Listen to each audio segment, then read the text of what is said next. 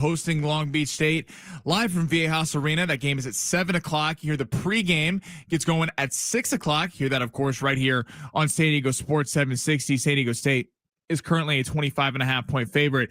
An NFL trade deadline is in 1 hour. Crazy stuff happening all across the league. Quinnen Williams traded to the Dallas Cowboys, star defensive tackle, as well as the Jets trading Sauce Gardner to the Indianapolis Colts for 2 first-round picks. And receiver Rashid Shaheed is on his way to the Seattle Seahawks. Macy's Backstage is a whole department inside your Macy's store where you'll find everything you need for the holidays, all for under $35 with new arrivals every day. You never know what amazing deals you'll find. Don't wait. Find a location at Macy'sBackstage.com. Welcome to the Fletch Zone. I'm Ben Fletcher. That's Sammy Long. No fluff, just facts. The NFL week ends in Big D. The Arizona Cardinals end a 5-game losing streak victory on the road, 27-17. Meanwhile, the trade deadline is today at 1, and we'll break down any moves that happened. Still waiting on a manager for the Padres. Anyone? No rush, but the pressure's on. Tonight, it's the season opener for Brian Dutcher and Aztecs basketball. Live from Viejas Arena versus Long Beach State. Now we go to the studios of San Diego Sports 760 to enter the Fletch Zone.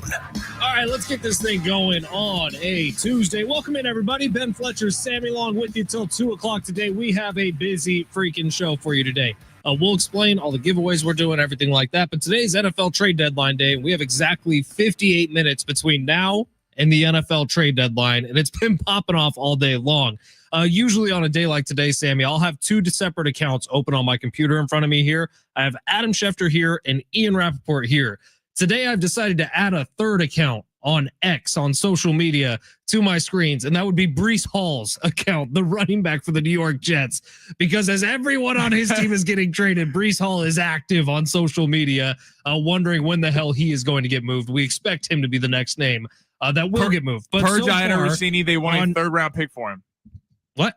Per Diana Rossini, they want a third-round pick for Breece Hall. Okay, sorry, I couldn't hear you for a second. That was weird with the headphones. So far, what's happened today is the Jets traded Quinnen Williams to the Dallas Cowboys, which is shocking considering the Dallas Cowboys kind of got their asses kicked last night by the Arizona Cardinals. The Jets also traded Sauce Gardner away from their team just after this past offseason, signing him to a 4-year extension.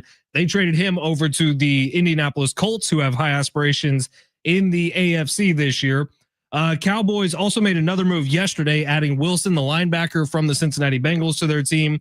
The Jacksonville Jaguars got Jacoby Myers from the Raiders, which I actually think was a really nice move for both sides. And Rashid Shaheed, the San Diegan, is going to the Seattle Seahawks, who are bolstering up for an NFC run this year. Seahawks with a very talented team. Those are all the big moves, right, Sammy? I miss anything? All the big moves. Obviously, the Jets. What a day for the Jets. And we're going to be getting to this throughout the show, but I think they deserve a lot of credit in the sense of they know they're not going anywhere. They've been kind of treading water with this whole Aaron Rodgers. They thought they had a roster that was ready to go far, and they weren't wrong for thinking that in terms of the defense was expected to be great. And you tried it with Aaron Rodgers. You tried it with Justin Fields. It's not working. Well, they just did a whole fire sale. Quinnen Williams going to Dallas and Sauce Gardner going to the Colts to acquire all these picks. They have 3 first-round picks next year. Like, I think if you're a Jets fan today, and this is a rare thing to say, I think they won the day so far. And it sounds crazy trading away 2 all-pro defensive players, but they're building for the future. I think the New York Jets deserve a lot of credit for what they've done today. So they got Indy's first-round pick. They also got Dallas's first-round pick. Now, to clarify, they got the highest of the 2 first-round picks that Dallas had. So either Dallas's own or Green Bay's this year, probably going to be Dallas's own. The Jets will get the highest one. I agree with you, Sammy. So far, the Jets are the winner of the day. And it's crazy to say they're the winners of the day when you're moving on from 2 all-pro type defensive players, but neither of those guys have contributed to a good defense this year. So you move on from them, and I think they both find a lot of success where they're going. Maybe less so Quinnen Williams, more so Sauce Gardner. But the Jets are looking to the future, and they're understanding that with these 3 first-round picks they have next year, if they love whoever's sitting in number 1 overall for quarterback, maybe they could package all 3 of them together to go get up. Completely. And they already had multiple picks. The Jets, this is what is the worst thing to be in the NFL? A middling team picking. This is why Pittsburgh Steelers fans get pissed. And you go, well, you've been relevant for years. And you're always in the conversation because they're relevant, but they make the playoffs every year and they lose, or they just miss the cut. In recent years, they always make it, but like, you're not picking in a spot where you're getting a true impact player that you know is going to be a big time player. In the Jets, I think you got to feel good. And this has to be a direct impact to the fact that the Giants and Jets have been god awful for years now.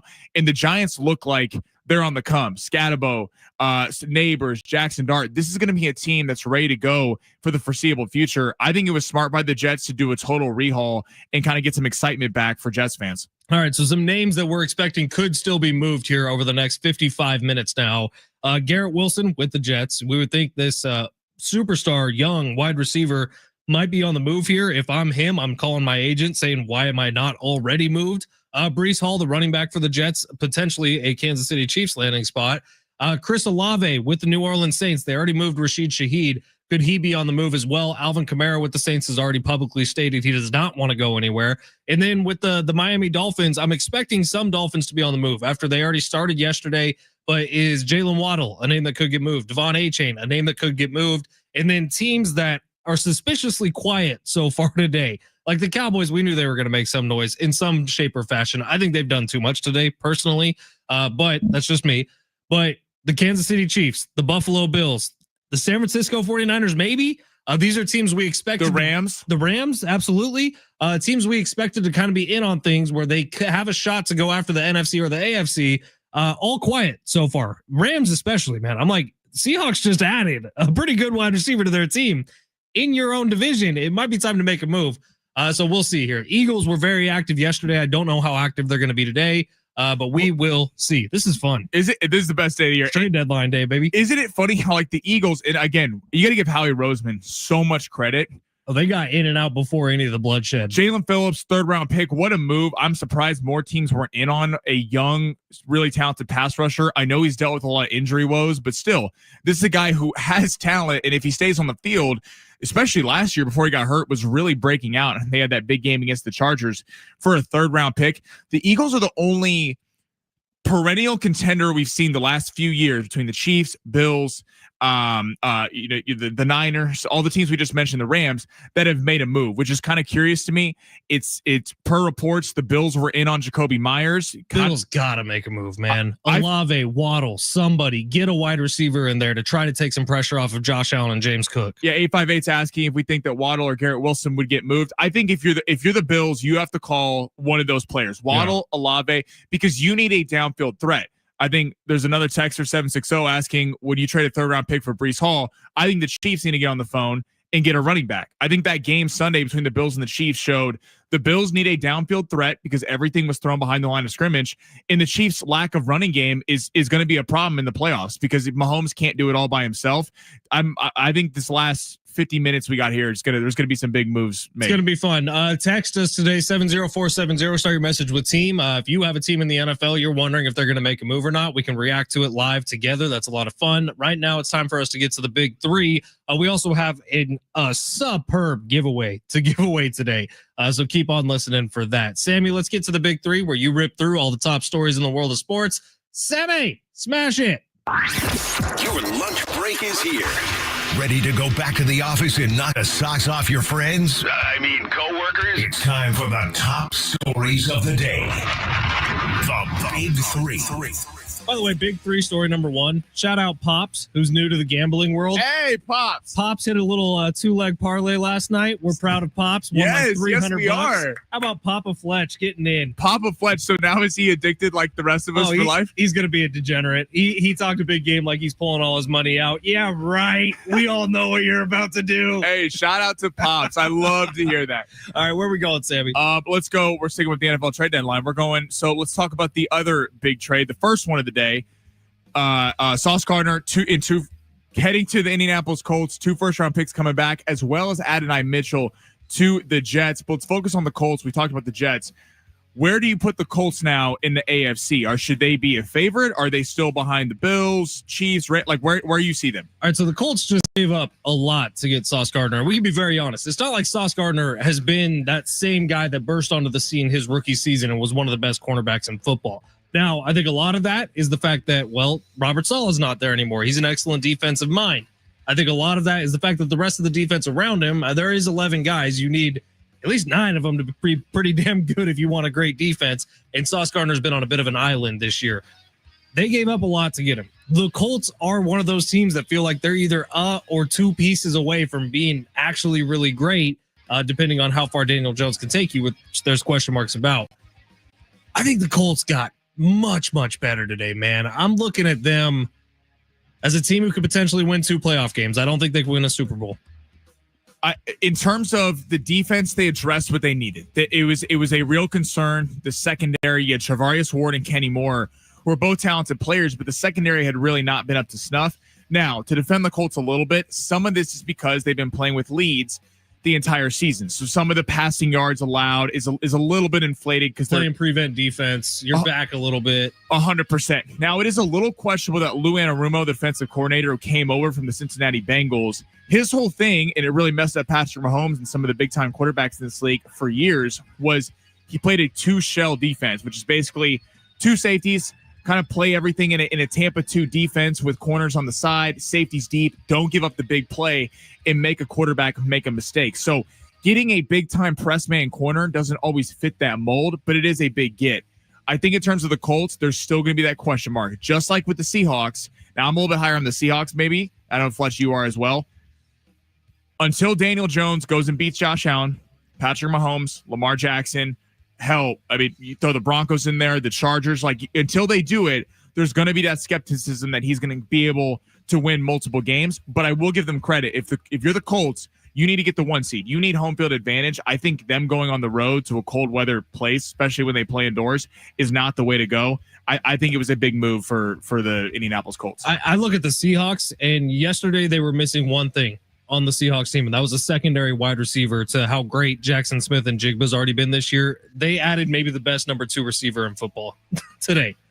Look, Rashid Shaheed is an absolute burner. Dude can move. Our text line's calling him Rashid Shaheed. That's story number 2. So Rashid Shaheed going to the Seattle Seahawks. Should they be the favorite in the NFC West going forward? Depending on if the Rams make a move today or not, and depending on what that move is, I would have them as co-favorites right now. I really would, even just as it stands. But if the Rams make a move, they would jump out in front. This is going to come down. These 2 teams will play each other here in a couple weeks, I believe, Rams and Seahawks. Maybe this week? I don't know. No, Rams and Niners this week. Yeah, that's right. I don't have the schedule right in front of me right now. But when these 2 teams play each other, it's going to be a hell of a game, I tell you that. And it's going to come down to the very end between all 3 of these teams, I think. But these 2, the Rams and the Seahawks, would be my 2 front runners. I'm just proud of John Snyder and that management that they're actually investing in Sam Darnold. Sam Darnold has not been invested in a long time. The Jets, it didn't work out. Carolina, the Niners, he never got to play, really, just a couple games.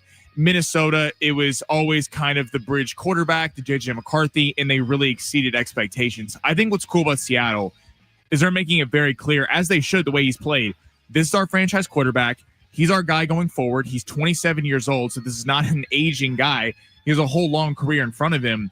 I think what's cool is that they're investing. That JSN is an argument to be the best receiver in the NFL this year, and you go get, as Fletch just mentioned, Shaheed, who's an absolute burner on the other side. That defense does not get enough credit for the defensive side. There's just a lot of young names and Tariq Woolen and a lot of young, talented guys on that defense that we're going to get to know here soon.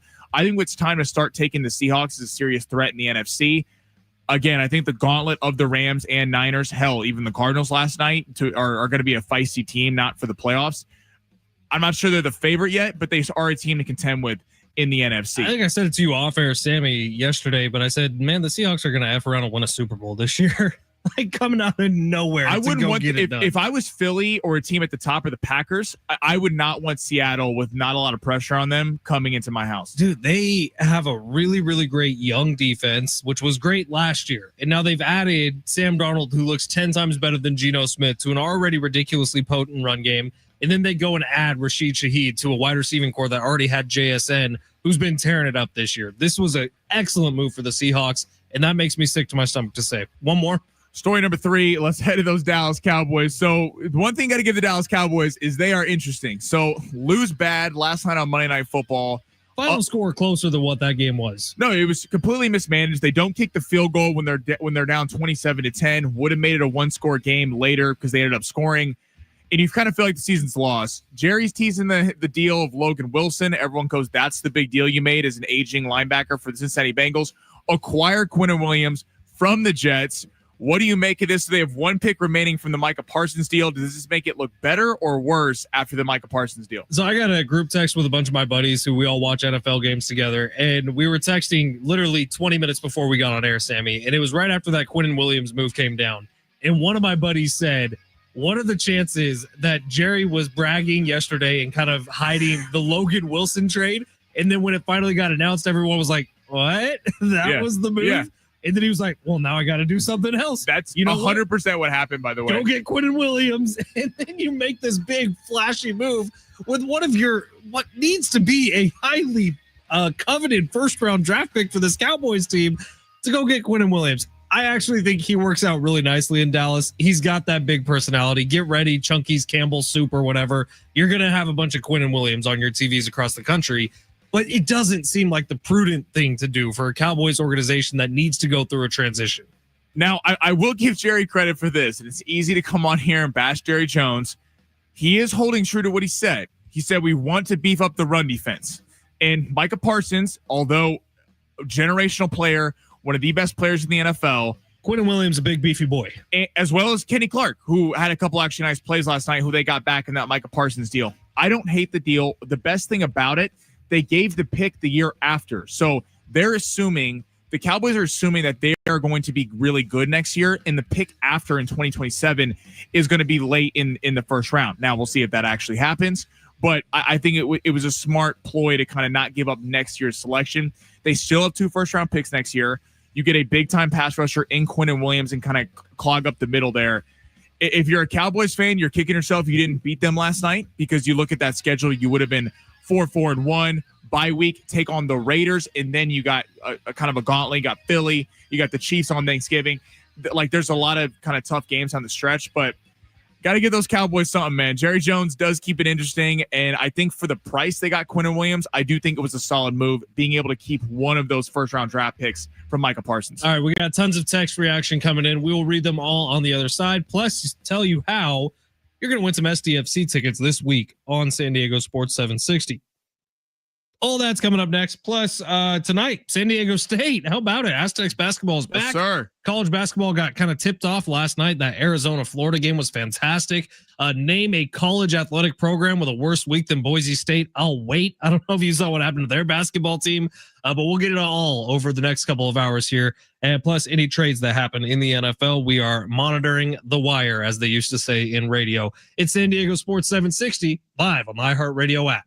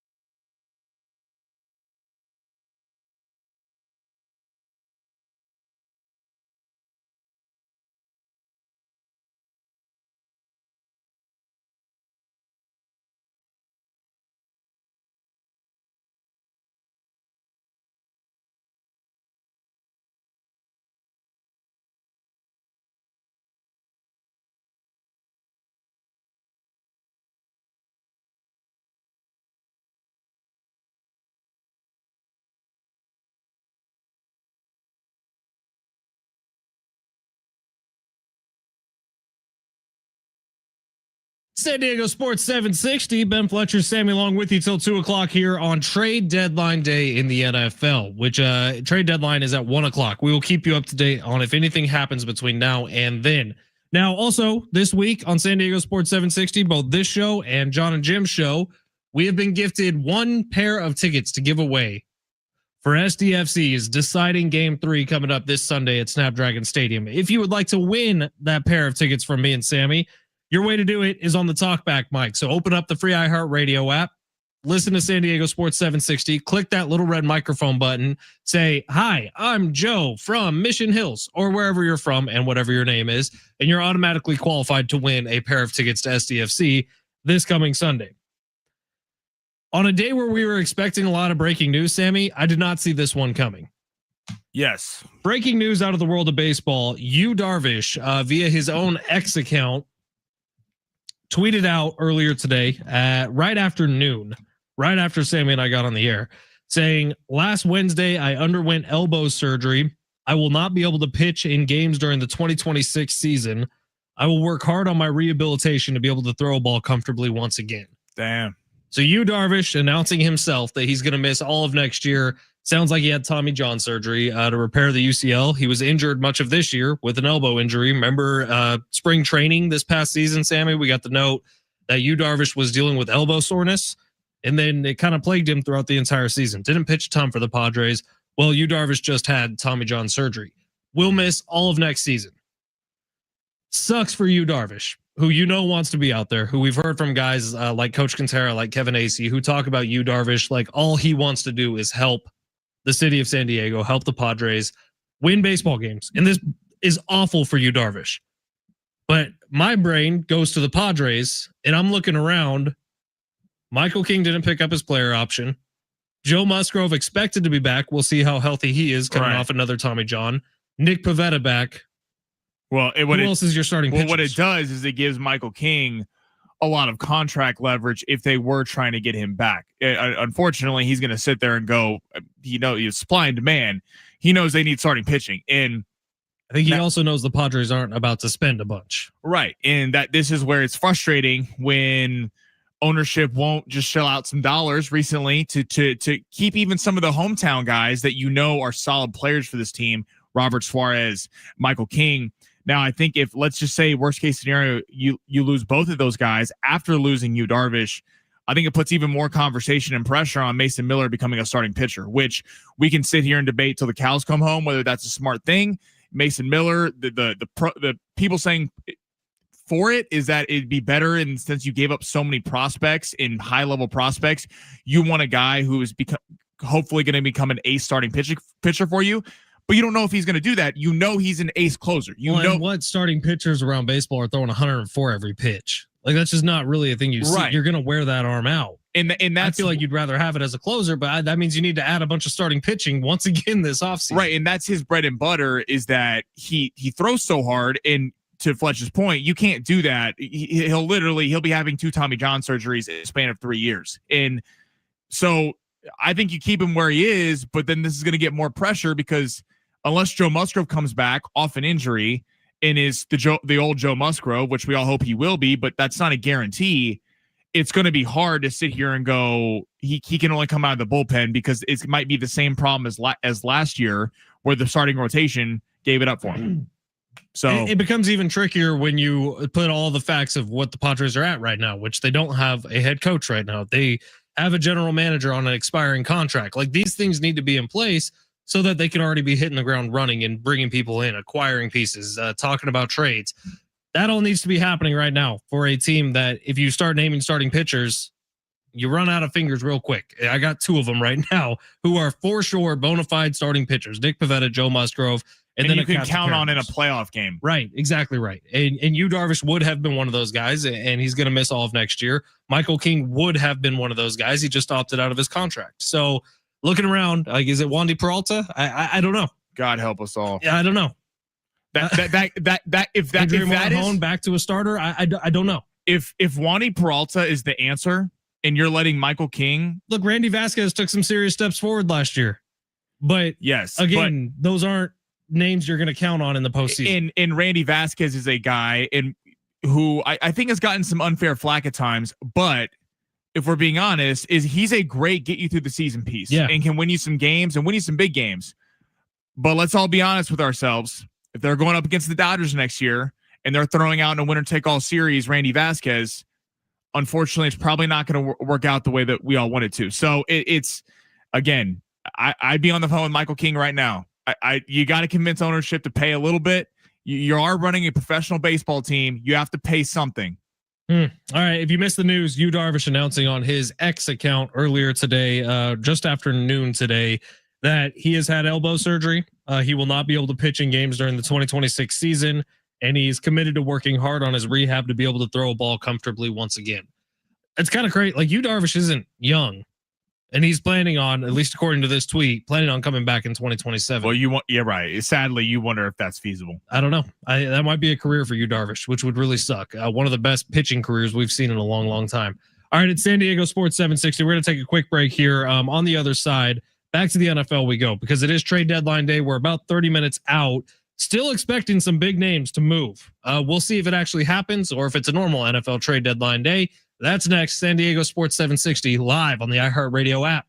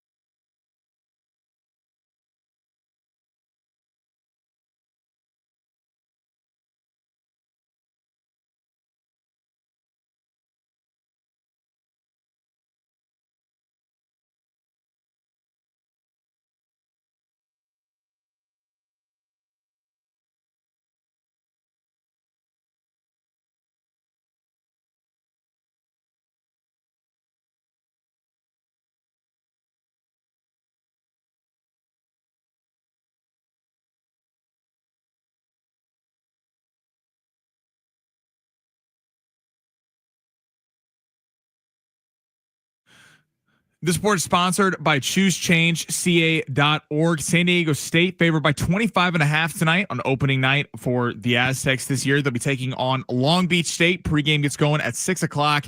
7 o'clock is game time right here on San Diego Sports 760. Yu Darvish, pitcher for the Padres, announced on social media today he underwent Tommy John surgery and will be out all of next season. In massive trades out of the NFL, Jets dealing 2 All-Pro defenders Sauce Gardner heading to the Colts, Quinnen Williams going to Dallas. More to come. 30 minutes left until the trade deadline is over. This holiday season, choose treatment and recovery for opioid or stimulant addiction and embrace new beginnings. The company of family and friends, and create special moments. Find a proven treatment provider near you at choosechangeca.org.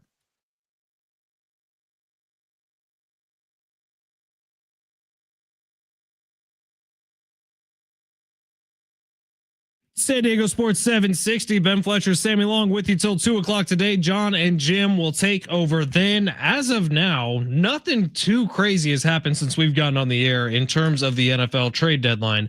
If you missed the news of the day here in San Diego, Yu Darvish has announced via his own social media that he will be missing the 2026 season due to an elbow surgery he got last Wednesday. Yu Darvish announcing himself a little bit earlier today. Now, so far today, there has been 6 trades in the NFL, tied for the third most on any trade deadline day, going all the way back to 1990. 10 trades on November 1st, 2022, 8 trades on November 5th, 2024.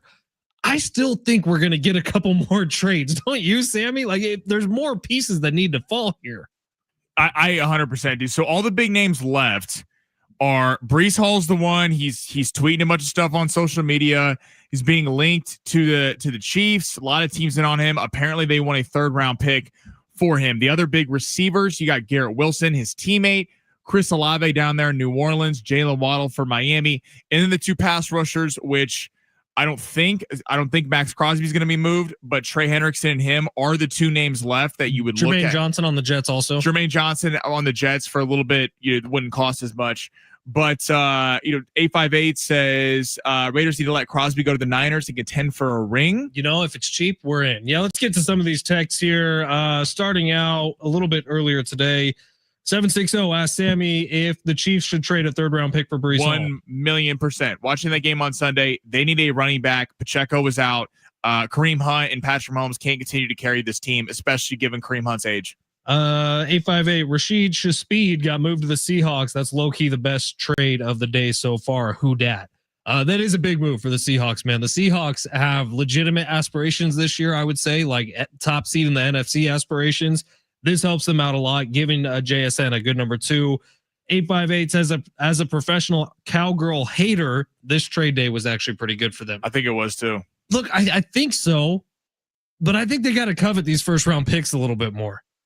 Yes, I'm with you. I'm with you on it. But my problem would have been if you went and got Max Crosby, who the conversation would have started a lot more at both of the picks you got back from Micah. Then it'd be like, okay, you just had a wash. You just traded a 26-year-old Micah Parsons, elite pass rusher, for a 28-year-old elite pass rusher, Max Crosby. I like that they took one of the picks. And again, the pick 2 years from now, they're assuming they're going to be really good in picking late next year. I like that they did that because they would have been drafting defensive line help anyway. This is a nice move for the future because Quinnen Williams is young, but also is a move that you could sell to the fan base this year. No, I don't think the defense is fixed. They have problems at every level, but they certainly are committed to stopping the run like Jerry Jones talked about. I think this was a solid move for the Cowboys, and the Cowboys get a lot of crap, but I think it was a good deal for them today. We got another 858 number chiming in saying, shout out to Rashid Shaheed, the San Diegan who I played against during my Westview days while he was out at Mount Carmel High. Gosh, finally freed from the horrible Saints. Yeah, man, I'm wondering when Chris Olave is going to get freed. The other San Diegan who's with the Saints right now. Fletch, if you're like, let's say a team that needs a receiver, Buffalo, I think the Chargers could use a receiver. I think Denver could use a receiver. Who would you want of Olave, Wilson, and Waddle? I like Jalen Waddle a lot. I really do. I actually think Chris Olave has the highest upside and the best future in front of him, pending health. He's had a couple of injuries early in his career. But Jalen Waddle is such a chameleon. I feel like he could get into any offense and make an immediate impact, whether it's out of the slot or out wide, because he's so fast and he's so twitchy and he is a good route runner. Chris Olave is your deep ball threat who's going to make some incredible plays and has the ability to turn into, over the next couple of years, a legitimate wide receiver 1. He may already be that. He's just been with terrible quarterbacks. So I think both of them work pretty much anywhere they go. And I think both of them need to get off their teams. Now, Garrett Wilson's the one that's confusing me. We haven't heard his name at all today. Why not? Are you waiting to keep Garrett Wilson for whatever quarterback you end up drafting next year, Jets? That's the confusing one to me. And is he happy there? He can't be, right? Right. If I'm Garrett Wilson, just like Breece Hall, I get it. Breece Hall is like, at least in Garrett Wilson's case, he's getting shipped out. And Breece Hall is getting paid, but running backs don't get paid at the same clip that a receiver does. If I'm Garrett Wilson, I'm like, have we all forgotten that Garrett Wilson in his first couple seasons was like the next it receiver? He was supposed to be like the next Justin Jefferson, Jamar Chase kind of guy. And he could kind of get back to that. But the problem is, he's had Aaron Rodgers, and that was a disaster. Now Aaron Rodgers is playing better in Pittsburgh, but the offensive line was bad. I want to say even those years, he was still putting up like 1,200 yards. Still big seasons. And then Justin Fields, this has been a rough go this year. But yeah, if I'm a receiver on a bad team, I think if I'm Buffalo, I think you need a receiver. I firmly believe, although during the regular season, it's fine to have Kincaid be your leading receiver, Khalil Shakir, guys like that. I think you need a number one receiver as a deep threat, especially looking at the other teams in the AFC.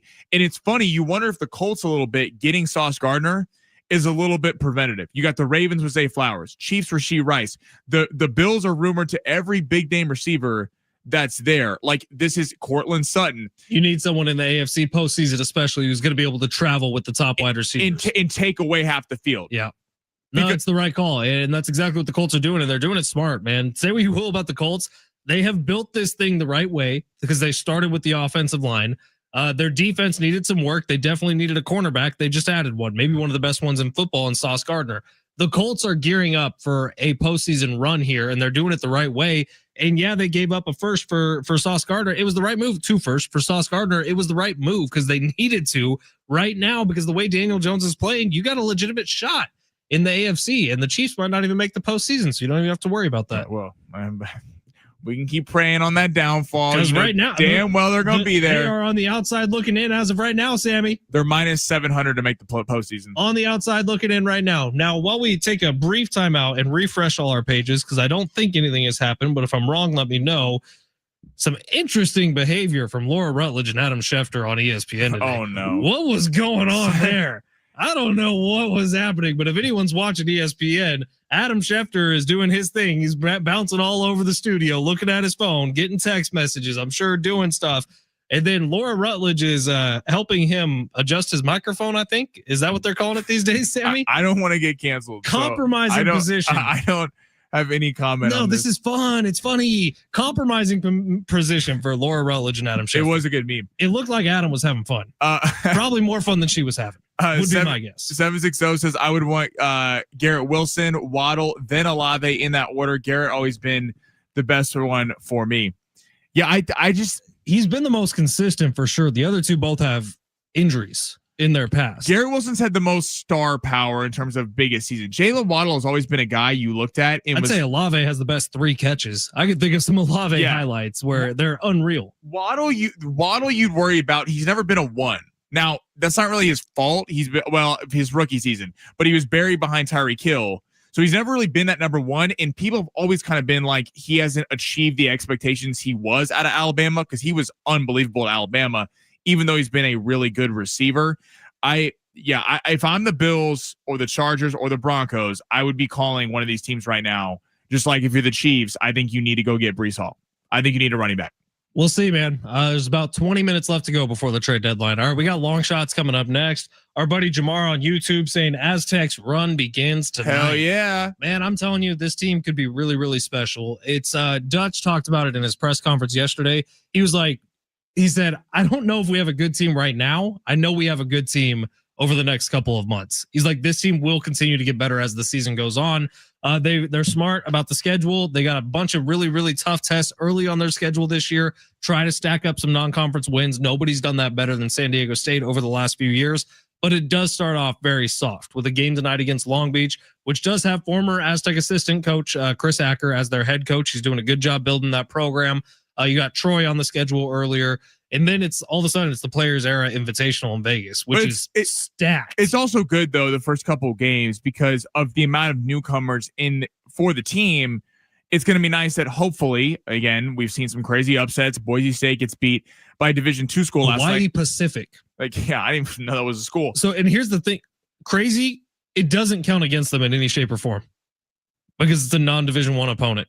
Yeah, see, that's BS. So by the end of the year, like the selection committee is going to sit down and they will have to look at Boise State, see that loss on the record, and not take it into account. Yeah, that should not be happening with college basketball. So again, they're heavily favored against Long Beach State tonight, 25.5 points.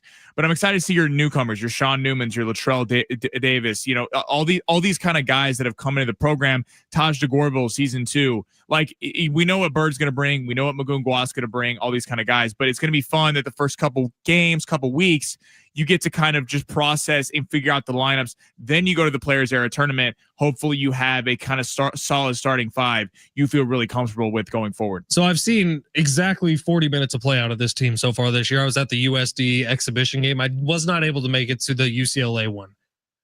Miles Bird did not play in the USD exhibition game. What I will say is if you want some outside odds at a Mountain West Player of the Year, Taj DeGorville might be that guy. Like, Miles Bird was the preseason Mountain West Player of the Year. From what I saw from Taj DeGorville and how he's going to be featured in this offense, dude is going to have a effing season, man. Yeah, well, he kind of broke late last year in, like, again, tall, I keep lengthy, going back to this. Handles, can shoot, everything. Sean Newman is going to be the guy that the casual basketball fan might watch and go, why is he on the floor? And I'm going to loop this back to DeGorville. But you realize that he's going to make the entire team better because they did not have a traditional point guard last year. With all respect to Nick Boyd, he was a scorer at Florida Atlantic. He was not a true point guard. And they had to ask him because you don't want Miles Bird bringing the ball up. You want him on the wing, able to facilitate and drive to the basket. Now you get year 2 Magoon Guath for a little bit more of a post presence. I think DeGorville as well as Sean Newman are going to be guys that are going to light up the stat sheet some nights, going to really jack up that assist total early on in the season and just kind of allow Bird, Guath, and Latrell Davis, these other guys, to really be a star on the wing. I don't know why Adam Schefter felt the need to tweet this, but he just tweeted out, as expected, Eagles wide receiver A.J. Brown has not been and will not be traded by today's deadline. So A.J. Brown staying with the Eagles this year. If you're the Eagles, I get it. You're winning games. Now all of a sudden, now the Cowboys did eat Quinnen Williams, but with that loss last night, that's going to be You're not worried about the Cowboys. The Commanders are done.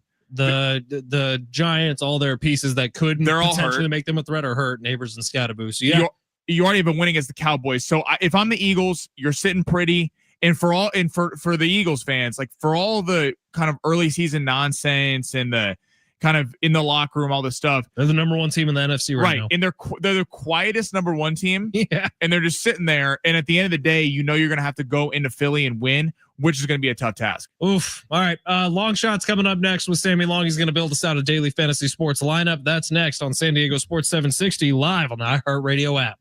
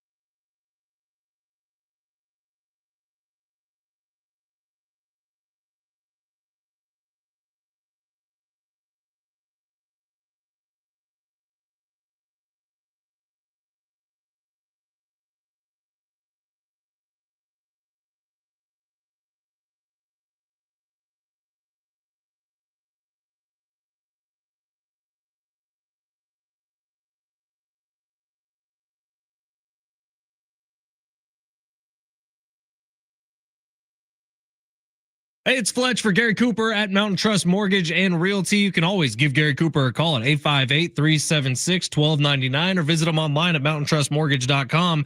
And I tell you all the time, if you're looking to buy or sell a home, Gary Cooper is the guy to call. But Gary You got some other ways for our listeners to save money as well. Well, I always try because I have so many different lenders that I can work with, but I do have lenders that use a lot of automation.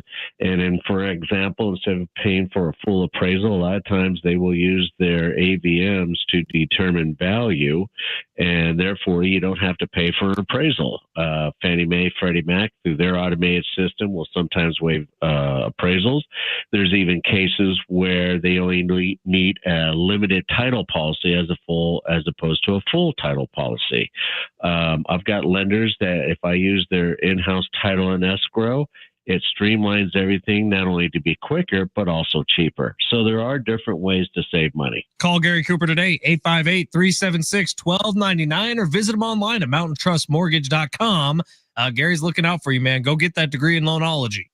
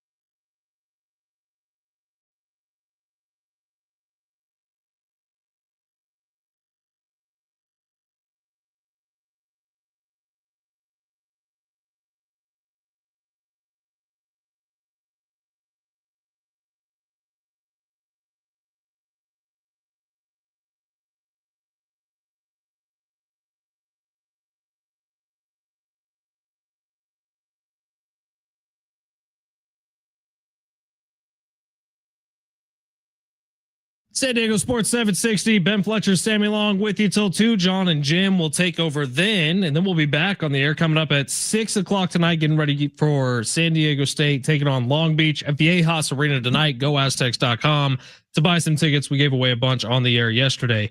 All right, our buddy Trey with a fun question on YouTube, and Sammy's busy making some long shots right now, so I'll answer the question from my point of view. But Trey says, I'm curious on your guys' profile for Prize Picks, which sport and teams have won you the most? I'm kind of embarrassed to say who my top ones are. We'll just say it. Travis Kelce's my number 1. Really? Brock Purdy number 2. CJ Stroud number 3. Each of them have gotten. Would you win betting unders on Brock Purdy? No, actually. Thank you very much. My most picked player all time is Fernando Tatis Jr. He did not make my top 3. I've had a rough time with him. But the NFL by far has been where I've won the most on Prize Picks. My top winning players are Jimmy Butler, Carlos Alcaraz, tennis, and Dylan Cease, which is kind of crazy. I did not think Dylan Cease was going to be a part of the winning lineup. But yeah, my best is NFL. That's been my best. NBA, pretty solid. Tennis been very kind to the program. Tennis has been very kind to us. The problem with baseball is regular season. It's like if it's in the middle of July, it's hard because guys just take nights off. Right. That's you got to go with those unders. All right, so let's get to long shots for today. Are you ready for it, Sammy? You got everything locked I in am place? Ready for it. Okay, we got a lot going on in the world of sports. Is there any tennis going on right now? We could use a win.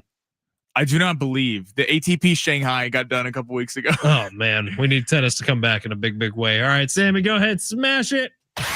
You looking for some luck? Want to win big? Gotta play big. You are so money and you don't even know it. Time to take a chance Pay that man his money. with long shots. We got some fun college basketball tonight. Duke is playing tonight. They got Texas. That's a big game. Who else? Purdue is playing tonight. Man, we got some fun ones. Oregon playing tonight. You going college basketball with any of this? No, because I have to let college basketball. I got to wait a week or two. Early season college basketball is brutal. We got to get some analysis on some players, figure out some lineups before we start betting college basketball. But if anyone wants to throw a pick in there, feel free. All right, this is an all association pick tonight, Tuesday after the NFL. So we're gonna go Giannis Antetokounmpo, less than 37.5 points and assists. Now playing Toronto. Toronto's underrated defensively. Scotty Barnes, Brandon Ingram, kind of nice squad they got there in Toronto that doesn't get really talked about enough because it's the Toronto Raptors. But Giannis, big night last night. I believe he had 32 points, completely went off. But this is the second night of a back-to-back. So there's always that chance. You know, Giannis is the franchise. He's going to take them as far as they're going to go. He can't be playing heavy minutes. There's also a chance that I think Giannis, this is not Giannis's night off a back-to-back, less than 37.5 points and assists.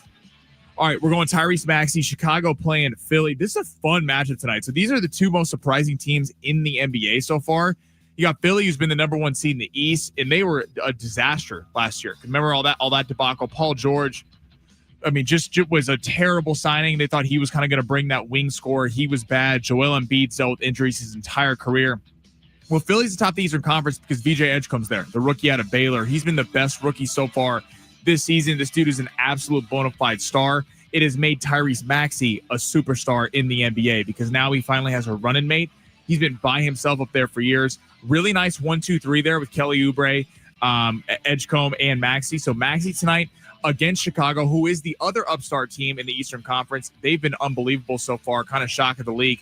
More than 39.5 points, rebounds, and assists. Tyrese Maxey, I think, has a big one, wants to show out. This is going to be a little bit of a duel between Kobe White and Tyrese Maxey. Kobe White, really nice young player for the Chicago Bulls. So Tyrese Maxey, more than 39.5 points, rebounds, and assists. All right, we're going to go Golden State playing Phoenix tonight. Jonathan Kuminga, more than 19.5 points. Jonathan Kuminga, this is a come get me game. He was linked to Phoenix. He was linked to Sacramento. He was linked to the Bulls, linked to the Nets. These were all the teams that had cap space to get him. And Phoenix would not pull the trigger and go get him. And if you're Phoenix right now, you're going, damn, we could have paired Jalen Green and Devin Booker and Jonathan Kuminga. That'd make a hell of a 1-2-3 in the backcourt. I think Kuminga gets it done tonight. Golden State been playing really good basketball recently. More than 19.5 points against the team he could possibly be going to. You don't want Old Faithful? Jimmy Butler? Yeah. It's at 6 free throws. No, and I'm going to tell you why. Because I think they could blow this team out tonight. Which means Kuminga's still going to get run where they're going to pull Butler and Steph Curry because they're the vets. My last pick of the night, San Diego State. Kawhi Leonard, Clippers playing Oklahoma City. Fun matchup. Now, Kawhi Leonard hit a game winner last Friday night. The Clippers are the same old story. It's James Harden, Kawhi Leonard. There's moments where they look unbelievable, moments where you're like, this team is not going anywhere. More than 21.5 points for Kawhi Leonard tonight, though. Against that Oklahoma City Thunder defense, listen, they're going for history. They're looking for the best start to be 8-0, which is, I believe, the best start in franchise history. Kawhi Leonard, though, I think has a big night. This number's depressed a little bit because of that Oklahoma City defense. I expect a really tight game, though. They're going to get up for this one. The Clippers' problem is not lack of talent. The Clippers' problem is staying healthy over an entire season. And the Clippers put on a show tonight. Kawhi Leonard, more than 21.5 points. All right, so to recap, Giannis Antetokounmpo, less than 37.5 points and assists on the second of the back-to-back against Toronto. Tyrese Maxey, more than 39.5 points, rebounds, and assists. Jonathan Kuminga, more than 19.5 points. And Kawhi Leonard, more than 21.5 points against those Thunder. Let's get a win here. Last week, Sammy was on fire, and let's see if we can get it going on this week as well. Well done, Sammy. I like the lineup. I really do. I appreciate it. I feel like the Jimmy Butler 6 free throws is just the free spot on the bingo board. But I'll tell you what, if it hits tonight, we're never leaving it off again. We're literally the next lineup, whatever day it is, Jimmy Butler's over on free throws will be involved. All right, sounds good. Hour 2 is coming up next. And hey, trade deadline will be in the books by the time you hear our voices once again. And as of right now, there has been no other massive move. We'll see if something happens over the next 5 minutes. Is there something right there? No. Edge rusher Draymond Jones goes to the Ravens. for a conditional 5th-round pick. That means nothing. We'll see if anything happens here in the next 5 minutes. That's next. San Diego Sports 760 live on the iHeartRadio app.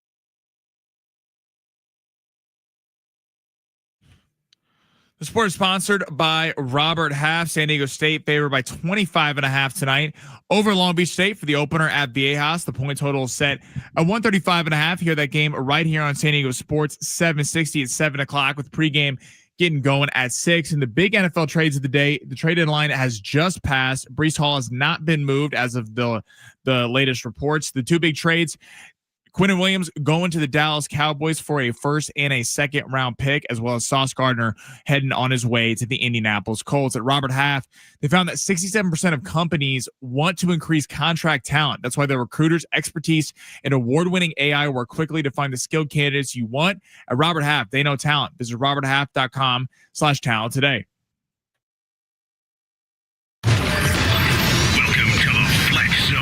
I'm Ben Fletcher. That's Sammy Long. No fluff, just facts. The NFL week ends in Big D. The Arizona Cardinals end a 5-game losing streak victory on the road, 27-17. Meanwhile, the trade deadline is today at 1, and we'll break down any moves that happen. Still waiting on a manager for the Padres. Anyone?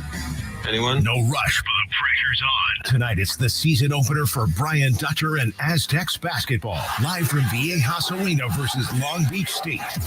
Now we go to the studios of San Diego Sports 760 to enter the Fletch Zone. Well, that fell flat. I was kind of expecting something massive to happen over the last 5 minutes. Nothing did. Well, something did. The Saints traded their offensive lineman Trevor Penning to the Chargers. That was the big right before deadline. That's not a bad deal. gift for them considering the alt injury, actually. For sure. The Chargers needed it, and they got one. My name is Ben Fletcher. That's Sammy Long. Thank you for being here. Welcome in. We got you for another hour before John and Jim coming up at 2 o'clock today. All right, if you don't know, this week on San Diego Sports 760, both of those shows we just mentioned, this show with me and Sammy, and then John and Jim show, we're giving away a pair of tickets to this weekend's matchup between SDFC and the Portland Timbers, the deciding game 3. To win those tickets, you need to get on the talkback mic on the free iHeartRadio app. So you open it up, the iHeartRadio app, listen to San Diego Sports 760, find that little red microphone in the corner, click it, leave us a talkback, which is basically a voicemail, and tell us your name and your neighborhood. You could win a pair of tickets. We will announce our winners coming up on Friday. Now, this trade deadline is curious because of this reason and this reason only. The top contenders didn't really do anything. The Bills, the Chiefs, the Rams, like the only contending teams that did stuff were the Seahawks and the Eagles. Outside of that, today was kind of lame. Cool. The Cowboys made a bunch of moves. I gotta be honest. Jets, sweet. I gotta be honest. As a Chiefs fan, I'm a little disappointed. A little disappointed they not go get Breece Hall for what a third the hell? round pick. You're gonna miss the playoffs now. Okay. Do you want to bet it? No. Exactly. So my camera just fell. Yeah, I'm a little surprised. I think so. We're gonna get to this in the big 3 here throughout the show, but I think the big losers today would be the Bills and the Chiefs, as well as the Rams. I think those 3 teams. I think the Bills needed a receiver. I think the Chiefs needed a running back, as well as maybe some pass rush help. And the Rams, I think, really needed a number 2 corner. That's kind of been the one bugaboo for them all season. The only like legit contender. Now we can get into whether the Colts are a legit contender. Now time out, because Shefty is still on his phone. Like there are a chance that some last I'm second gonna deals, start screaming if Breece Hall is a Chief. There's minutes a chance after the deadline that there were some last second deals. You know, tweets take a while to put out, so there's a chance that there was some last second deal that got done that has not been reported yet. We'll see, but if the trade deadline stands final like this, 7 deals done today, and the final one being an offensive line piece moving from the Saints to the Chargers, disappointing because Chiefs, Bills, Niners, Rams. Nothing today. None of them. It's funny. It's like the Chiefs, Bills, Rams are telling you that they think that they have enough to go win a Super Bowl. You can debate that. I think all 3 of those teams in the playoffs are a hell of an out. I do firmly believe, I think if you're the Bills, I think you missed out not getting a number 1 receiver, especially they were in on Jacoby Myers, not being able to get him for a 4th and a 5th round pick, complimentary piece. Waddle's there, Garrett Wilson's there, Chris Olave's there, Rashid Shaheed was there. Like that doesn't make a lot of sense to me. Again, I think the Chiefs missed out not getting Breece Hall. Breece Hall, 1 minute ago, sick about my brothers, man. Happy for them, but man, I'm sick right now. 1 minute ago. He is so pissed he's a New York Jet. And I think he's staying in a New York Jet. I think that confirms it, Sammy. I'm sorry, he will not be a Kansas City Chief. A little bummed, not gonna lie. Dude, I'm a little bummed more didn't happen. I think this was set. I wonder if this was a situation where deals were set up and then teams started asking for too much. I do wonder what went down over the last 40 minutes or so, because that's really when it went dry. The Cowboys made that big move to bring in Quinnen Williams at the beginning of the 12 o'clock hour and didn't really do anything else. And nobody did anything else from then on. So I wonder how many deals were in the works and fell through at the last second. I wonder if teams got a little greedy. Obviously, the big names, Trey Hendrickson, did not move. Jalen Waddle, Chris Olave, Garrett Wilson, Breece Hall. There for a second, what are the Bengals doing? What are the Bengals doing? You traded Logan Wilson, who's just a complimentary piece, a former pretty good linebacker, but aging, to the Cowboys. And Trey Hendrickson, the whole reason he came back was you reworked his contract, gave him a little bit more money, but with the entire sense of that he was going to leave in the offseason because he's a free agent.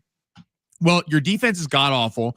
Joe Burrow's hurt, and you didn't trade him. You could have called San Francisco, and now he's going to walk at the end of the year for nothing.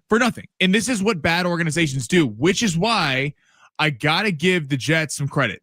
The Jets have been a perennially bad organization. What they did today, realizing, hey, we're going to keep being a middling to bad team with a pretty good defense, but a terrible quarterback. Let's get rid of Quinnen Williams. Let's get rid of Sauce Gardner, and let's recoup all these draft picks, because let's be honest, in today's NFL, you're not winning Super Bowls with defense. Right.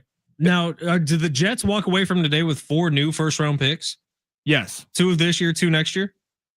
Yeah, they have 2 this year. They have 3 this year. 3 this year, and then 2 total next year.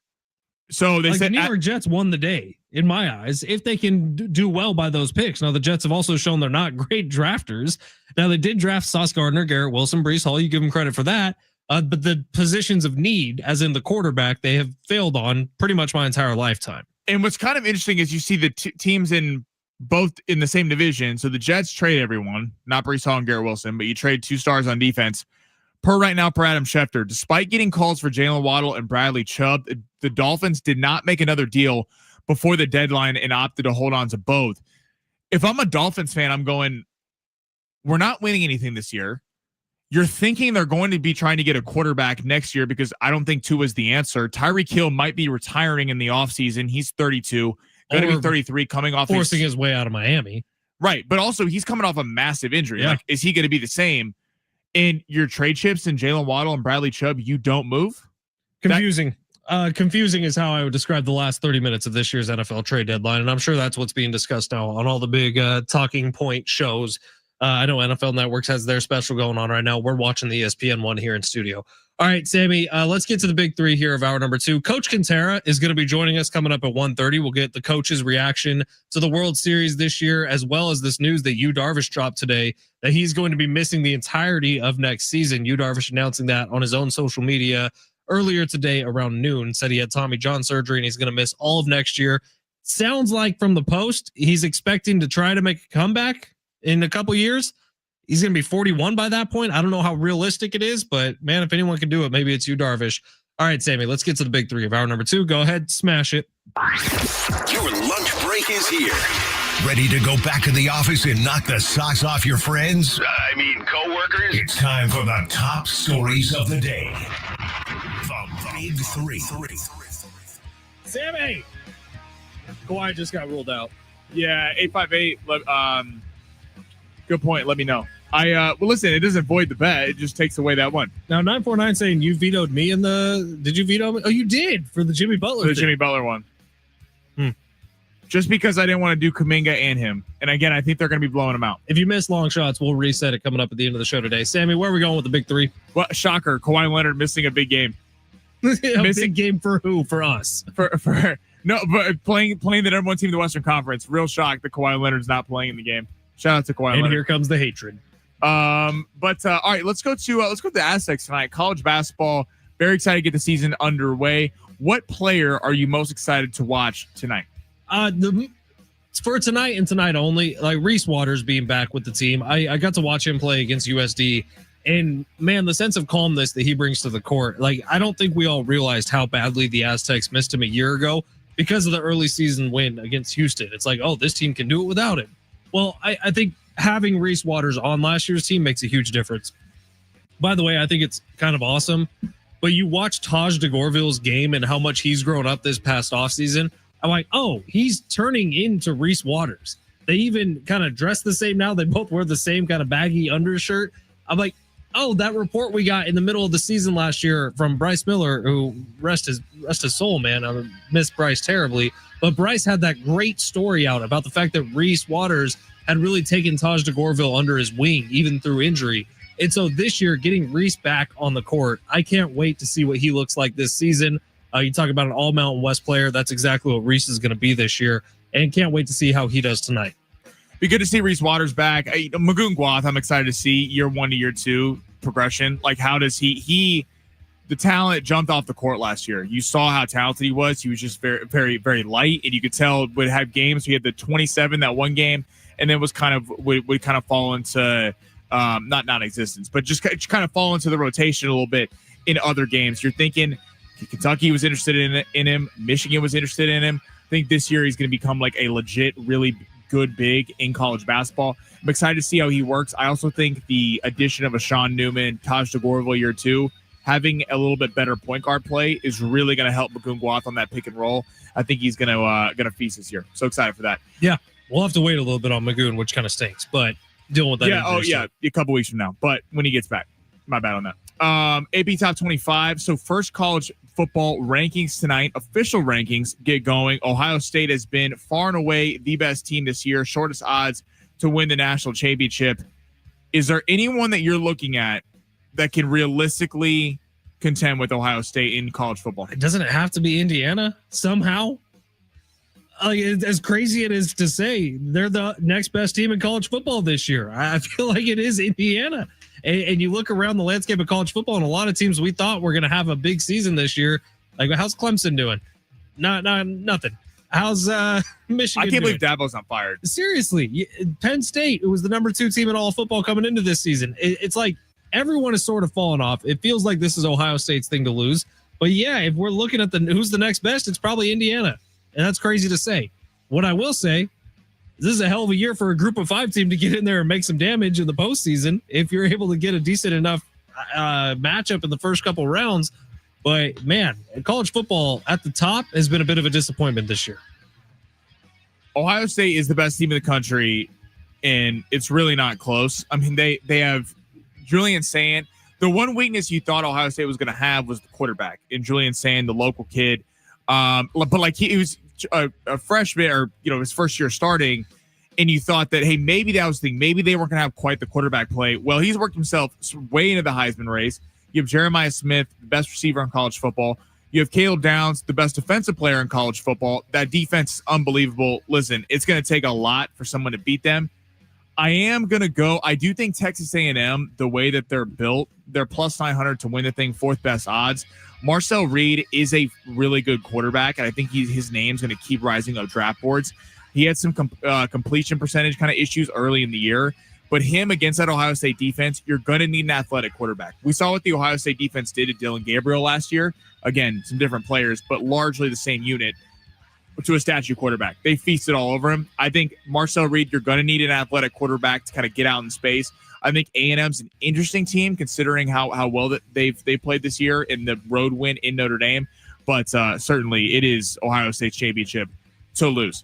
All right, let's head to the NBA. The Lakers actually win 6 of 7 last night. Win in Portland with no Luka Doncic, no LeBron James, no Austin Reeves. Nick Smith Jr. has 25 points on the night. What team in the NBA has been the biggest surprise so far? Would it be the Lakers or would it be someone else? I think watching the way Golden State has played this year with everyone getting a year older is pretty impressive. Now, in the Eastern Conference, which we all kind of left for dead to begin the year out of the NBA, there's actually been some surprises. Like the 76ers, like we talked about a little bit earlier, look like a complete basketball team here in 2025 and could actually be a problem for some teams on the Western side. But the Lakers, if you're answering that question honestly without Sammy's little pre-build up there, the Lakers are the team that surprised me the most. I thought they'd have some serious problems here if you would have told me that all 3 of those guys were going to be missing time to start the year, Luka, LeBron, and Austin Reeves. And with all 3 of them out, was it just me or did they look like a little bit more of a team yesterday? Like that was a team win for the Los Angeles Lakers who relied on some old school basketball, which is great to see at the NBA level where you don't really see it that much anymore. And DeAndre Ayton having 29 points. This is just, listen, extremely early in the year. There's going to be a lot of changes throughout the NBA season, but that game last night where it was second of a back-to-back, they're resting Luka and Reeves, and that's a game that the Los Angeles Lakers in years past would lose. And this is why they're in the play-in. And by the way, in the NBA, scheduled losses are absolutely a thing. 100%. And that was one last night. They went on and won it anyway. And they won. They closed as 10.5-point dogs. These things matter when you're getting there toward the end of the year, and you're like, hey, you want a home court playoff series. You don't want to be going on the road, having to fight the entire last month of the season, burn yourself out before you get to the playoffs. The Lakers are very surprising considering the LeBron and Luka injuries so far that they are 6-2. I would piggyback on you with the Sixers. I will go the Chicago Bulls, though. Kobe White, a really talented young team that feels like they just haven't been able to crack it in the Eastern Conference.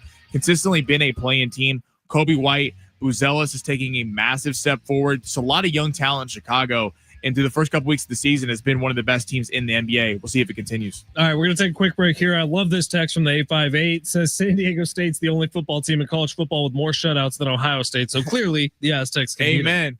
Hey, honestly, you get that defense in front of anyone, it's going to be a game. If the Aztecs are playing on, now there is a massive talent gap between those 2 teams. There's a little bit of a talent gap, but we can hope. The Aztecs absolutely have a realistic shot to get into the college football playoff and make some noise. 858, are you guys telling me if Darvish doesn't retire, the Padres owe him $46 million? Horrible contract. We're going to talk with Coach Kentera about this. If you missed the news, Darvish announced today that he's going to miss all of next season. He just had elbow surgery. It sounds like another Tommy John.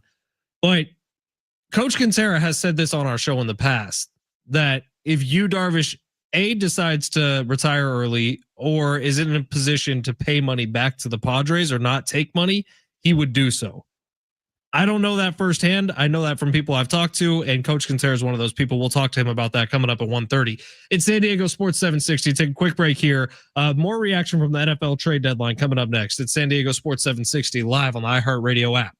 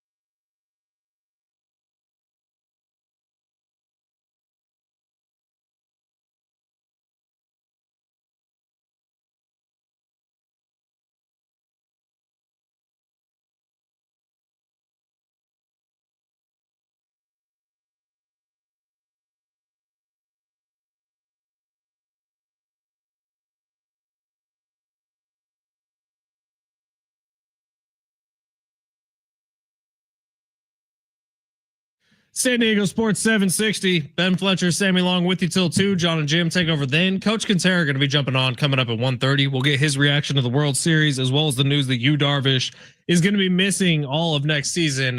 He announced this morning that he underwent elbow surgery last Wednesday and will not be available for the Padres in 2026. Now, we'll get back to the NFL trade deadline in just a second. Did want to point something out. Sammy, did you see the Tom Brady story earlier today? I did see this. Tom Brady, which I've gone back and forth on this 2 or 3 times. Apparently the dog Tom Brady has now is actually a clone of a dog he had several years ago who passed away. I didn't know that was like a real thing that you could clone dogs. I didn't really either until today, if I'm being completely honest. I know the thing with the sheep back in the 90s, like that was a crazy thing. Was it Lucy? Lucy the sheep, I think was the first clone. Something like that. I've never heard that, so I'm gonna take your word for it. I could be completely wrong, but the Tom Brady dog thing, I've been going back and forth on whether or not I should look into getting my dog cloned because I'm going to be an absolute wreck the next day. Can I make an unpopular opinion that Let me throw this out there first and finish this thought. Doesn't this feel like a genius company to take advantage of rich people? I think they're already doing it. Like say you're cloning the dog, but really you're just finding another dog. Yeah, they're like, it looks just like this one. This is Rusty. This is your dog, Rusty. We just gave him new life. Can I say something as someone who like loves dogs, like loves? My dog passed away last year. Like miss him every day. But I always find it a little creepy when a dog passes. It's extremely sad. You know, it's like, and then they rush out and get a dog that looks just like their previous dog. Oh, you mean Travis Dale, who actually went out and got 2 of them like 2 weeks later? I think it's a little odd when you get a dog that looks like my dogs that have passed in the past. I want them to be them. Like I want them to remember them as them. I don't want a dog that's an exact replica. And it's like for the rest of your life, you have the same dog, but it's a different dog. Like that's odd to me. I'm probably the wrong person to talk to about this because like growing up, we just had chocolate labs all the time. And one chocolate lab would pass away. We'd get another chocolate lab. Okay. That was just the type of dog my mom preferred. So that's what we ended up with. And chocolate labs, for my money, are the best dogs on the planet. Now I have this stupid yapping Chihuahua and I love him to death. I really do. But God, this dog is dumb. And so I'm looking forward to the future. I'm like, am I ever going to get a Chihuahua again? Probably not. But my wife loves them so much that I feel like that's what's going to happen. See, yeah, like I just love all dogs. Like I don't need a certain breed every time. You know what I mean? Tom Brady, maybe you're blazing the future. And I do love my dog to death. And I feel like I might end up cloning him. But I also think that this is just a company that's telling you that they clone the dog and it's not actually real. Like, how could you ever possibly tell? Yeah, like this is going over my head. This is like some science. I didn't pay attention in biology class. It's also a little bit of psychology. I think there's some morality that comes into this. I think should I be cloning Sammy just in case something bad happens? I don't know. No. Therapists could have a field day with this line of thinking. There's some serious couch time to go with this. Do I keep my little Sammy clone in the freezer and then just pop open the bag weird. If anything bad happens? 949 says read the original Jurassic Park movie. This is a bad idea. Or the book, you know, the novel. Movie. It's small print here. Wait, be honest. Did you know Jurassic Park was a book? No. Oh, no, Sammy. 619 saying the sheep Fletch was talking about is called Dolly. That's right. Dolly the sheep. 703 says, come on, Fletch. You know, Sammy is too young to know about Lucy. It was Dolly. Dolly was the name of the sheep. Yeah. I think that was the first thing to ever successfully. Little history lesson today, middays on San Diego Sports 760. Well, we had to find something. We thought this was all going to be about the crazy trades that happened in the NFL. And nothing insane. There were crazy trades. They all just happened before our show, so we already reacted to them. Quentin Williams going to the Cowboys is a big deal. Well, really, the picks going back to the Jets is the big deal. Do you think the Cowboys are a playoff team now? They're already too far back. With a win last night, you could start to have the conversation, but I'm pretty sure. Let me pull up the odds, the percentages that the NFL puts out. NFL playoff picture. They're 3-4-1. They have a bye, and then they play the Raiders, which should be a win. So if they won last night, their odds would have bounced up to 16% chance to make the postseason. With that loss last night, they're down to a 5% chance to make the postseason. So much would have to go their way. And by the way, 3 teams in the NFC West who all have 5 or 6 wins right now on the year, 6 wins on the year. So that's taking up some playoff spots. The Bears are good this year. The Lions are good this year. And that's not to include the Packers, who are currently leading the NFC North, but we don't think the Packers will finish at the top of the NFC North. Like, there's just going to be too much clutter at the wild card spot for the Cowboys. Who do you think has a better chance of making the playoffs, Ravens or Cowboys? Ravens. Absolutely. Despite having a worse record. Ravens have a 50% shot right now. But they do have a worse record. They're 3-5, where they're 3-4-1. But look forward at the Ravens year and see what they have to come, and understanding who the Ravens have on their team as they get healthier. And look at the Cowboys. Listen, I do think the Ravens come back and make the playoffs. The Cowboys, I will say this though, for despite it's easy. Ravens might have a better shot than the Chiefs because the Chiefs beat them head to head a month ago. But no, seriously. Let's keep believing that the Cowboys have performed well against good teams. The problem is consistent. Take the Broncos out of it. The problem is consistency. They performed well against the Eagles. They lost. Packers, they tied. This is what happens when you have a god-awful defense and you have to win a certain way. You have to win by outscoring the opponent. So last night, the offense took 3 quarters to get going. They ended up losing to the Arizona Cardinals, a team that on paper has no business being in a game with them. I do think the Cowboys are going to be in it towards the end. I don't know if they're a playoff team. I think last night's loss was a really bad loss considering the schedule they have coming up. But the Cowboys are going to be that team that is going to beat someone around Christmas, and they're going to be playing someone who's like looking for seeding, and they're going to beat them because they do have a lot of talent. I think the Quinnen Williams move is good for the foreseeable future because he'll be good for this year as well as in future years. The Cowboys would have to jump the Vikings, Panthers, Bears, and then one of the following teams: Lions, Niners, Rams, Packers, or Bucks. No, sorry, Seahawks. They're going to have to jump 4 of those teams. Now the Bucks are getting injured. Bucks are getting injured. They might be in some trouble, but they're currently a division leader in the NFC South. The text line is going crazy about the dog conversation. Well, the dog conversation is a serious one. Seriously, we'll read these texts at the end of the show. Would you do this? If you had this opportunity, would you clone your dog for that unfortunate day that we all know is coming in a dog's life? Which is the worst day. It is the worst day. God, it sucks so bad, man. All right, Coach Kentera is on the other side. That's coming up next. It's San Diego Sports 760 live on the iHeartRadio app.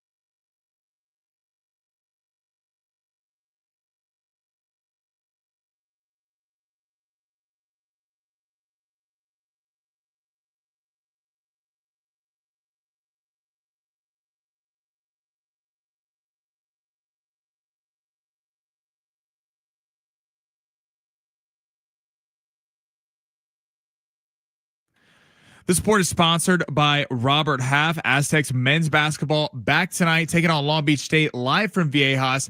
That game will be going at 7 o'clock. Pregame starts at 6. Aztecs are currently 25.5-point favorites in the massive NFL trades of the day. Sauce Gardner going to the Indianapolis Colts from the New York Jets for 2 first-round draft picks. Quinnen Williams, star defensive tackle for the New York Jets, headed to Jerry's World in Dallas for a first in 2027, as well as a second in this upcoming draft. At Robert Half, they found that 67% of companies want to increase contract talent. That's why their recruiters' expertise in award-winning AI work quickly to find the skilled candidates you want. At Robert Half, they know talent. Visit roberthalf.com/talent today.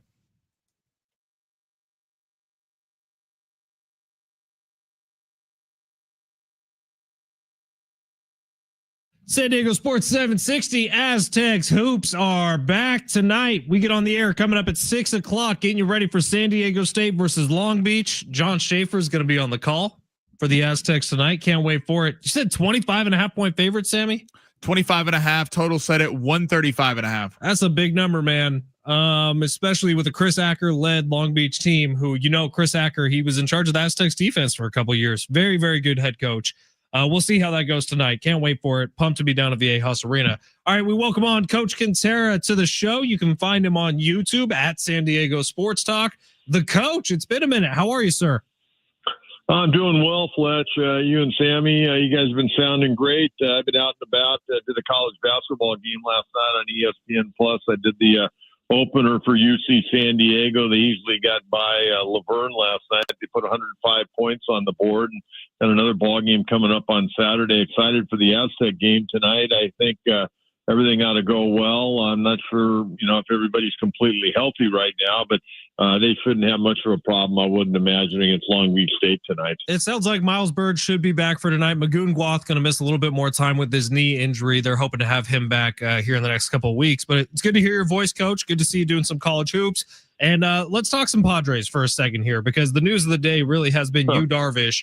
Gonna miss all of next season. With he announced on his own social media that he had elbow surgery, is gonna miss all of next year, and it made it sound like he's trying to fight to come back in 2027. Coach, what was your reaction to this when you saw it? Do you think it's even a possibility that you could come back in 2 years?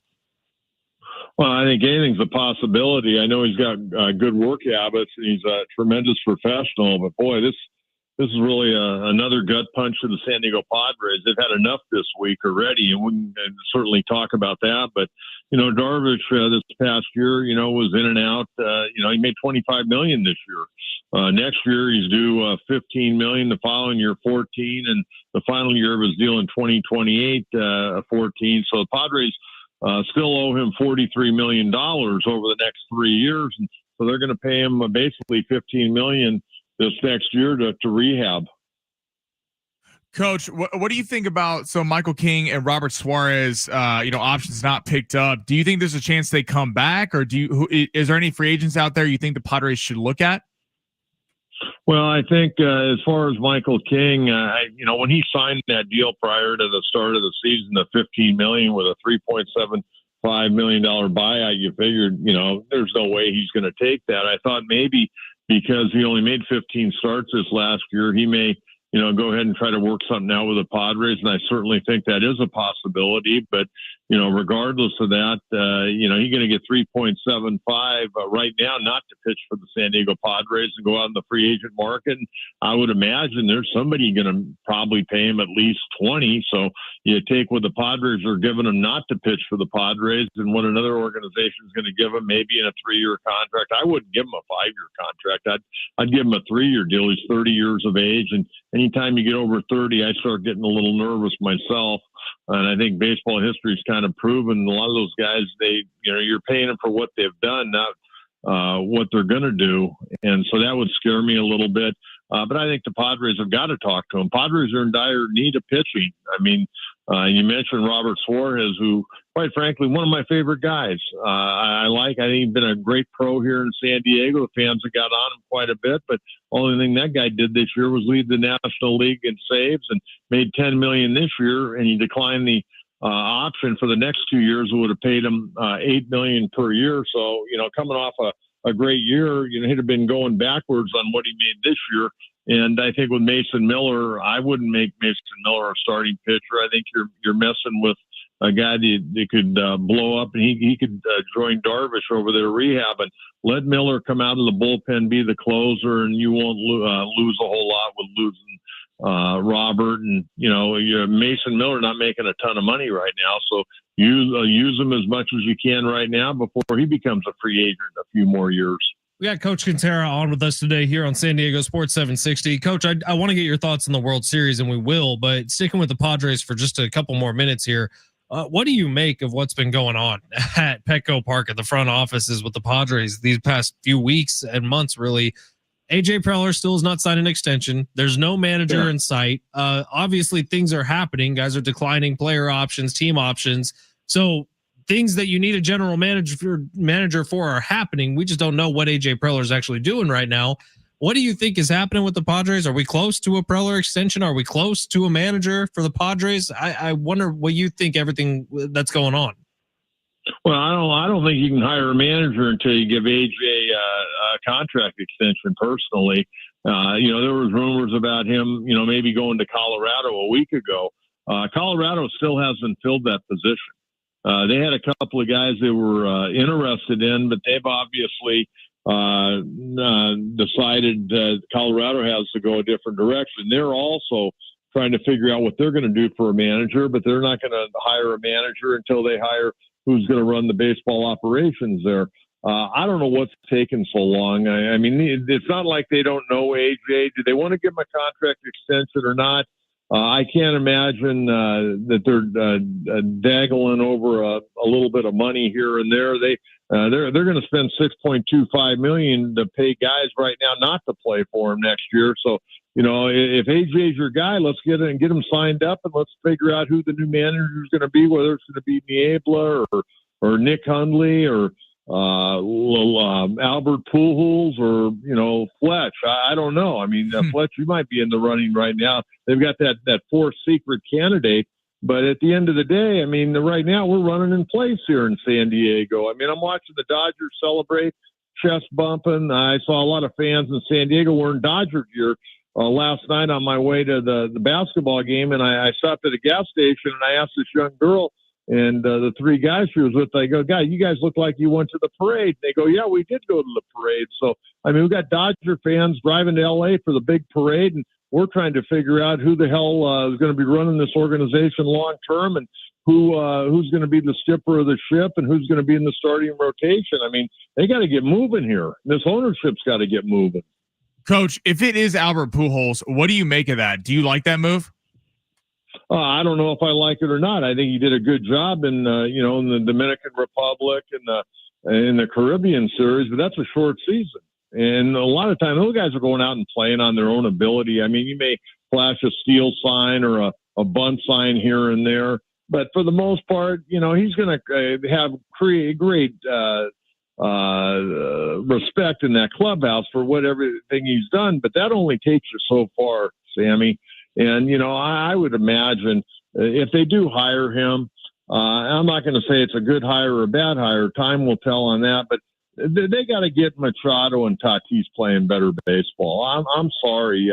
Tatis moped around like he lost his best friend the final 3 months of the season. And Machado's played the last 6 weeks, was not up to standard. So, maybe you bring in a guy that can get to those two guys, and the Padres can maybe get a little money out of their investment in those two ball players. Right. The accountability on this ball club's got to be better than it's been. It's just not where it needs to be. Let's close the book on the Padres here. Every time we talk Padres, Coach, it just makes me angry and I start yelling. So let's look at the World Series that just took place. Now, I had a buddy describe it to me yesterday as if you took the names off of it, like you removed Dodgers, you removed Blue Jays from it.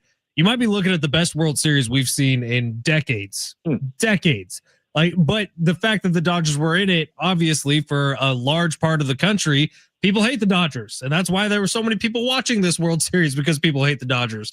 But when you take it game by game, I mean, that's an all-time World Series, don't you think?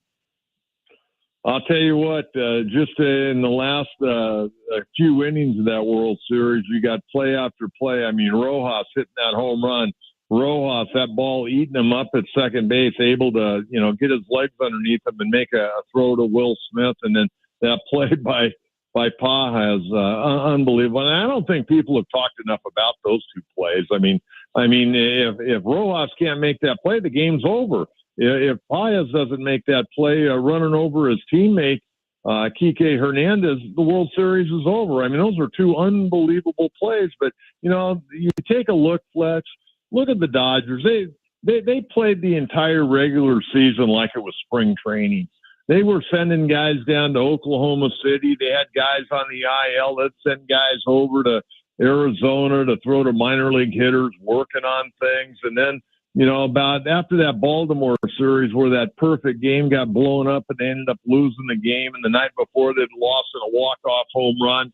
I mean, after that Baltimore series, the Dodgers kicked it into high gear, and really they played some great baseball. And I think it's fair to say a high percentage of the World Series. I thought Toronto played better than them, but that tells you just how good this Dodger ball club is. Even when they're being outplayed, they're not out of ball games. Coach, flipping to our Lakers real quick. I know you're a massive Laker fan. What do you make of 6 or 7 games? Luka being out, LeBron being out, and them still winning. Well, I'll tell you, Sammy, that first night I wasn't too happy. I can tell you that. I was like, I don't know. I wasn't one of those guys writing off the final 81 games, but they've come back and played really well. Last couple of nights winning basketball games. And boy, I'll tell you what, I got to take a good hard look when Luka Doncic comes up the court. I can't believe the transformation in his body. He doesn't even look like the same guy. And offensively, he's tearing it up. But defensively, he's moving his feet, and he's becoming, it's hard to say this, but right now he's becoming a more complete NBA basketball player. And, man, just seeing him, I got to look twice to make sure it's him. Lost 30-something pounds. Coach, appreciate your time as always. You can find the coach on YouTube at San Diego Sports Talk. What do you got coming up again, Coach? You got a couple more games you're calling? Well, I got the UC San Diego game on Saturday night. Going to be a special night, actually, Fletch. They're going to drop the banner for the Big West regular season, Big West tournament championship, and an NCAA banner, and all the fans that come out are going to get replicas of one of the banners. So it should be a really, really fun night. And you know what, Fletch? You got me all fired up now. My wife's really happy you guys called today. That way I don't bitch, moan, and complain about the Padres all day to her. Coach, you're going live on the podcast Monday at 8 or 9? We're going to go at 9 o'clock. I took some time off, and, man, I got a bunch of ammunition. We're going to come out fire at 9 o'clock Monday morning. Love it. At San Diego Sports Talk. Thank you for your time, Coach. Appreciate you. All righty, boys. Good to hear from you. Coach Kentera, legend here in San Diego, man. Find him at San Diego Sports Talk. All right, quick break. Final thoughts on the show. Plus, the text line has absolutely exploded about puppy dogs. So we'll get to all of those as well. It's San Diego Sports 760 live on the iHeartRadio app.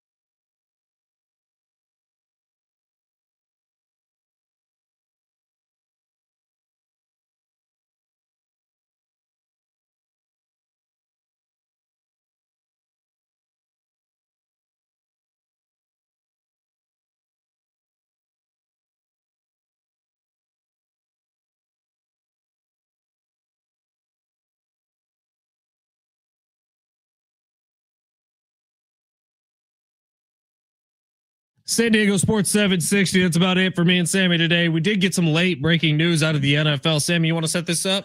Adam Schefter, Jacoby Brissett is the starting quarterback going forward in Arizona, despite Kyler Murray being healthy. I mean, he's earned it. Hasn't he? Played excellent last night for the Arizona Cardinals. I do think this is a soft benching for Kyler Murray. What did I tell you 5 minutes ago during that commercial break, Sammy? You said the Jets, Kyler Murray will be the New York Jets quarterback next year. Book it.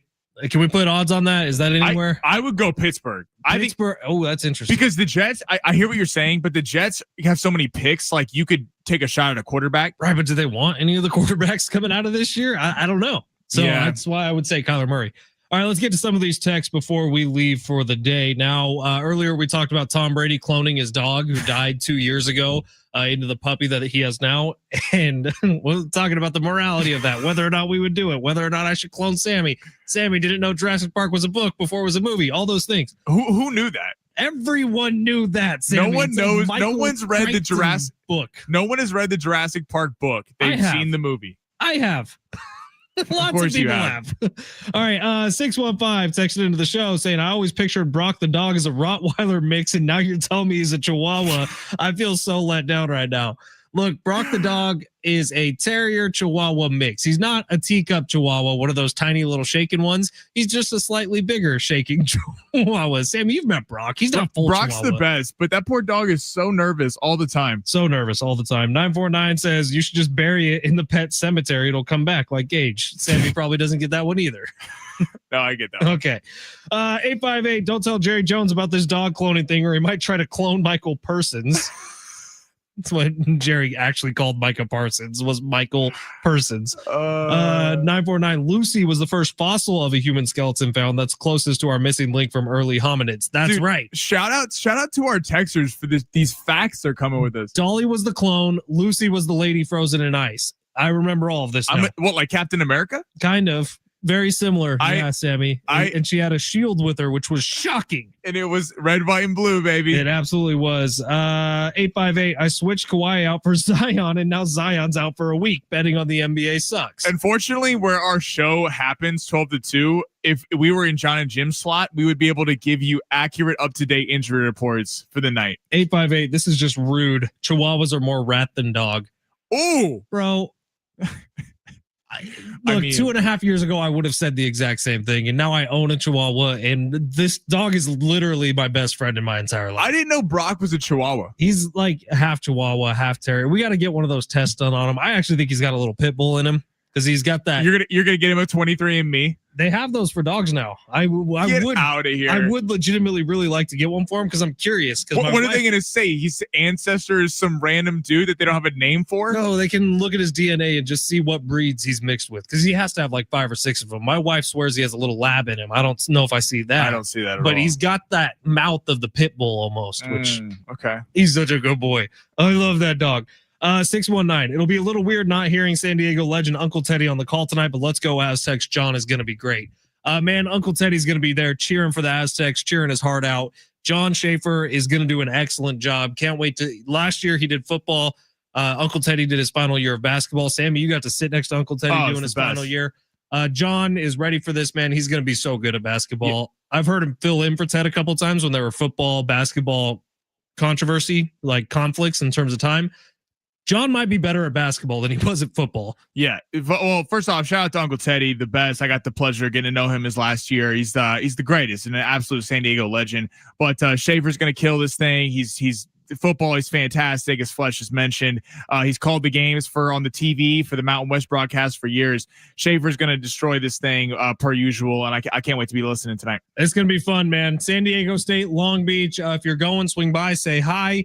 I think everything is going to be done at the scores table today. And then on Sunday, we'll have our big pregame broadcast set up. But it's going to be a blast down at Viejas Arena, and this is going to be fun. 25.5 points. That's what you said the spread was, Sammy? 25.5. Big point spread. That's a big number. That's a lot of love being thrown the Aztecs. Also, the Aztecs could be up 40, and they could put some bench guys in. Right. You could backdoor cover that. Yeah, we'll see. It's going to be a fun night at Viejas. I'm looking forward to seeing Miles Byrd. We haven't really seen him play yet this year because he's been out with some nagging injuries. He's expected to play tonight. We'll see. And we'll have all the latest info for you coming up on the Aztecs pregame show, the countdown to tip off at 6 o'clock. And real quick, just wanted to give a shout out, 1.6 thousand on the stream today. Also known as 1600. 1600. What do people, do you think they can't figure that out? I feel like the 1.6 should be reserved for million. I don't know. Maybe that's just me. All right. Well, not 16,000. We're going to get there. 1600 on the stream alone. It means the world to you guys, to us, that you guys all tune in. It means the world to you guys. No, to us. That we're here. Shut your mouth. This show. You're baby talking your dog on the way out of the show. Oh, I love that sweet boy. Oh God. That's a big pet peeve of mine. People will baby talk their dogs. John and Jim, both baby talkers, coming up next at San Diego Sports 760. We'll see you tomorrow.